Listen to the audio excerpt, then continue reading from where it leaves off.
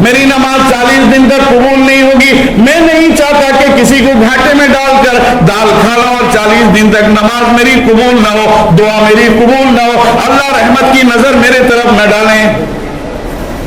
آج اگر ہمارے سامنے آئے 100 روپے میں 5 کلو گوشت کھسی کا, ارے ان کو مرنے دیجئے یار, کیا معاملہ ہے. صرف اتنے ہی نہیں, جب وہ واپس کرنے گیا تو دکانداروں نے کہا اگر واپس لے لیا تو شرط ہار گیا. اب وہ واپس لینے کے لیے تیار نہیں. پھر مرید واپس آیا, کہا حضرت وہ واپس کے لیے تیار نہیں. حضرت نے کہا جا کر مسجد کے دروازے میں کھڑے ہو کر اعلان کر دے کہ 1 روپیے میں دکانداروں نے اس طرح کا دال دیا ہے, جسے ضرورت ہو وہ دال لے جائے. اللہ اکبر. علماء نے لکھا, مورخین نے لکھا ہے کہ عراق کے تاریخ میں وہ دال 8 دن تک مسجد کے دروازے میں پڑا رہا, کوئی ایک مسلمان اس کی طرف جھانکنے بھی نہیں آیا. کیا زمانہ تھا, کیسے لوگ تھے. اسی وجہ, یہی وجہ ہے کہ وہ جب دن میں بھی قسم کھا لیتے تھے تو اللہ جو ہے ان کے قسم کو پورا کر دیتا تھا. اور اللہ جو ہے اگر وہ کہتے تھے کہ دن نہیں رات ہے تو اللہ تعالیٰ سورج کو چھپا کر رات کر دیتا تھا. آج تو ہم جس کے نہ اس کے, آج تو ہم جیسے نہ ویسے, آج تو ہم سود کو بھی حلال کرنے کو تیار ہیں, آج تو ہم رشوت کو بھی حلال کرنے کو تیار ہیں, آج تو ہم لوگوں کو بھی حلال کرنے کو تیار ہیں. آج تو ہمیں بہانا چاہیے, وہ عالم ہو, جاہل ہو, آج کا ولی ہو, پڑھنے والا ہو, جاننے والا ہو, انجان ہو, ہر بندے کا یہی حال ہے کہ اگر اسے کچھ بھی غلط چیز مل جاتی ہے نہ وہ تحقیق کرتا ہے نہ وہ سنتا ہے, وہ تو اللہ تبارک و تعالیٰ کی طرف سے دیا ہوا نعمت سمجھ کے کھا لیتا ہے, تحقیق نہیں کرتا, سنتا ونتا نہیں ہے. میرے بھائیوں, بزرگوں, دوستوں, یہ تو ہمارے دنیا داروں کا حال ہے, دینداروں کا حال ہے. اور ہمارے دنیا دار کا بھی سن لو. آپ نے حضرت خواجہ قطب الدین بختیار کاکی رحمت اللہ علیہ کا نام سنا ہوگا. ان کی ہسٹری بہت لمبی ہے, میں نہیں بولنا چاہتا کاکی کیوں ہوا کیا نہیں ہوا, وہ بہت لمبی چوڑی ہسٹری ہے. ان کے نام پر ان کے مقبرے میں آج بھی وہ قطب مینار موجود ہے جو ان کے مقبرے کے اوپر بنایا گیا ہے. بہرحال وہ بہت بڑے ولی, بہت بڑے پیر تھے. جب ان کے انتقال کا وقت ہوا تو انہوں نے وصیت نامہ لکھا.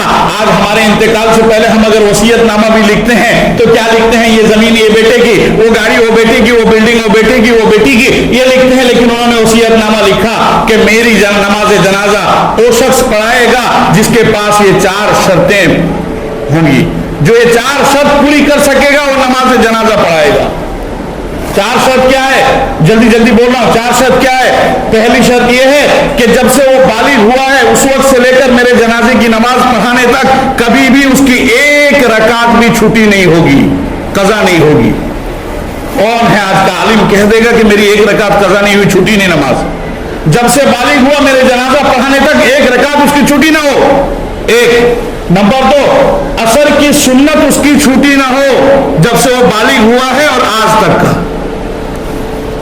ہم لوگ تو فجر کی سنت چھوڑ دیتے ہیں, ہم لوگ تو نماز فجر چھوڑ دیتے ہیں, ہم لوگ تو جمعہ نہیں پڑھتے ہیں. عصر کی سنت تو بہت دور کی بات ہے, نہ واجب ہے نہ فرض ہے.